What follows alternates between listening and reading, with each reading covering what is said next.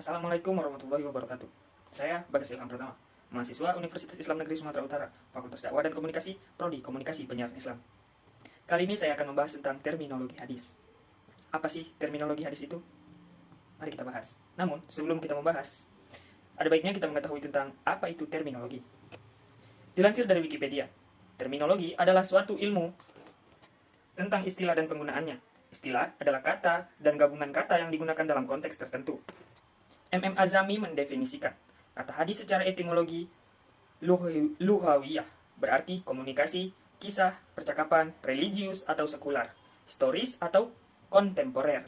Sedangkan menurut Ibn Mazhur, kata hadis berasal dari bahasa Arab, yaitu al-hadis. Jamaknya al-hadisan, al-hudsan. Secara etimologi, kata ini memiliki banyak arti. Di antaranya al-jadid, yang baru, lawan dari al-qadim, yang lama, dan al-khabar, yang berarti kabar atau berita. Para ulama baik muhadisin, fuqaha, ataupun ulama ushul merumuskan pengertian hadis berbeda-beda. Perbedaan tersebut karena keterbatasan dan tinjauan objek masing-masing yang mengandung kecenderungan pada aliran ilmu yang didalaminya. Ulama hadis mendefinisikan hadis sebagai berikut. Segala sesuatu yang diberitakan dari Nabi SAW, baik berupa sabda, perbuatan, takrir, sifat-sifat, maupun hal ihwal Nabi.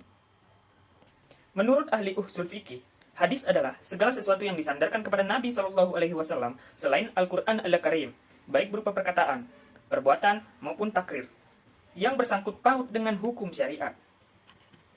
Menurut ahli fuqaha, segala sesuatu yang ditetapkan Nabi SAW yang bersangkut paut dengan masalah fardu atau wajib. Perbedaan pandangan tersebut melahirkan pengertian hadis secara terbatas dan pengertian luas. Sementara itu, para ahli usul mengemukakan hadis dengan rumusan yang berbeda, yakni segala perkataan Nabi SAW, perbuatan dan ketetapannya selain Al-Quran Al-Karim yang dijadikan sebagai dalil untuk penetapan hukum syara. Dengan pengertian ini, hadis menurut ahli usul tampaknya hanya terbatas pada perkataan Nabi, serta tidak termasuk perbuatan, takrir, dan hal ihwal atau sifat-sifatnya. Dikatakan dari ulama al-hadis, bahwa hadis itu bukan hanya untuk sesuatu yang marfu, sesuatu yang disandarkan kepada Nabi Muhammad SAW, melain juga bisa untuk sesuatu yang mauquf, yaitu sesuatu yang disandarkan kepada sahabat, baik berupa yang disandarkan kepada tabi'in. Dalam Al-Quran, kata hadis ini digunakan sebanyak 23 kali. Berikut contoh-contohnya. A. Komunikasi religius atau risalah Al-Quran. Allah Subhanahu wa Ta'ala berfirman, Allah Ta'ala menurunkan secara bertahap hadis atau risalah yang paling baik dalam bentuk kitab. Quran Surah Az-Zumar ayat 39. Firman-Nya lagi, maka serahkanlah ya Muhammad kepadaku urusan orang-orang yang mendustakan hadis Al-Quran. Al-Quran Surah Al-Qalam ayat 68 sampai dengan 64. Sunnah. Dikutip dari referensi makalah, pengertian sunnah menurut bahasa dan istilah oleh Muslihin SPDI, MPDI pada September 26, 2014. Adapun pengertian sunnah secara etimologi, yaitu perilaku yang telah menjadi tradisi atau habitual practice, kebiasaan atau perilaku keumuman. Sunnah menurut istilah juga berarti praktek yang diikuti, baik berupa arah, model perilaku, bentuk, atau tindakan. Perilaku yang didasarkan pada ketentuan dan peraturannya, serta dapat juga diartikan sebagai teladan baik atau teladan buruk. Secara garis besar, bahwa sunnah merupakan tata cara atau praktek aktual yang dilakukan secara berulang-ulang sehingga mentradisi. Maka dapat dinyatakan bahwa sunnah merupakan hukum tingkah laku. Oleh ulama, sunnah bisa juga diartikan sebagai jalan al-tariqah. Berarti jalan baik, baik jalan yang terpuji maupun jalan yang tercela. Pengertian sunnah menurut bahasa dan istilah oleh Muslihin SPDI, MPDI pada September 26, 2014. Sunnah bisa menunjukkan jalan baik dan buruk berdasarkan seperti apa yang disabdakan Nabi Muhammad SAW. Barang siapa yang membuat sunnah atau teladan yang baik dalam Islam, maka baginya pahalanya dan orang yang mengamalkannya sesudahnya tanpa mengurangi sedikit pun dari pahala mereka. Barang siapa yang membuat sunnah atau teladan buruk dalam Islam, maka baginya dosanya dan dosa orang yang mengamalkannya sesudah tanpa mengurangi sedikit pun dosa dari mereka. Yang ketiga ada khabar. Khabar menurut bahasa berarti al-naba, yaitu berita.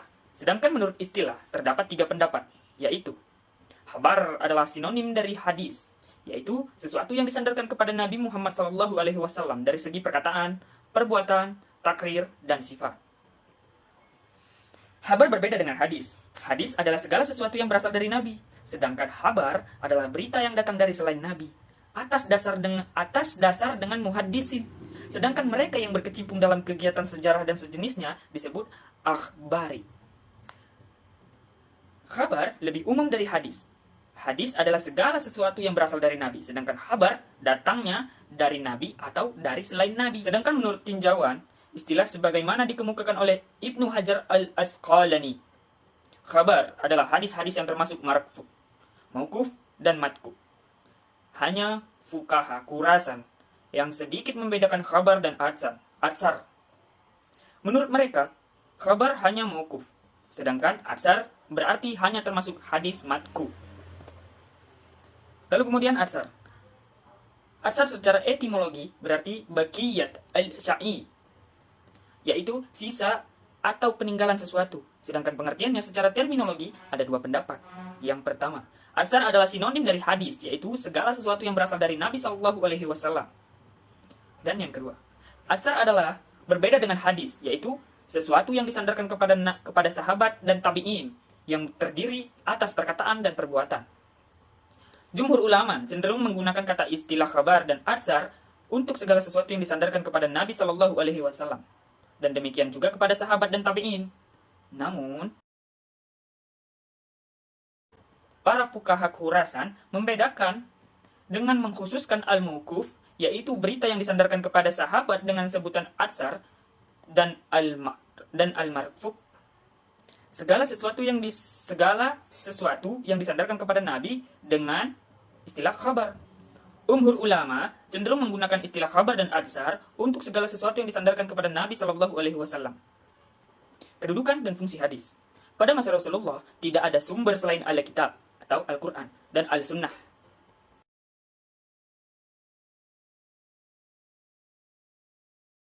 Dari keempat pengertian tentang hadis, sunnah, khabar, dan atsar, sebagaimana diuraikan di atas, dapat ditarik suatu pengertian bahwa keempat istilah tersebut pada dasarnya memiliki kesamaan. Maksudnya, segala sesuatu perbuatan yang datang dari Nabi Muhammad SAW, baik berupa perkataan, perbuatan, maupun ketetapan.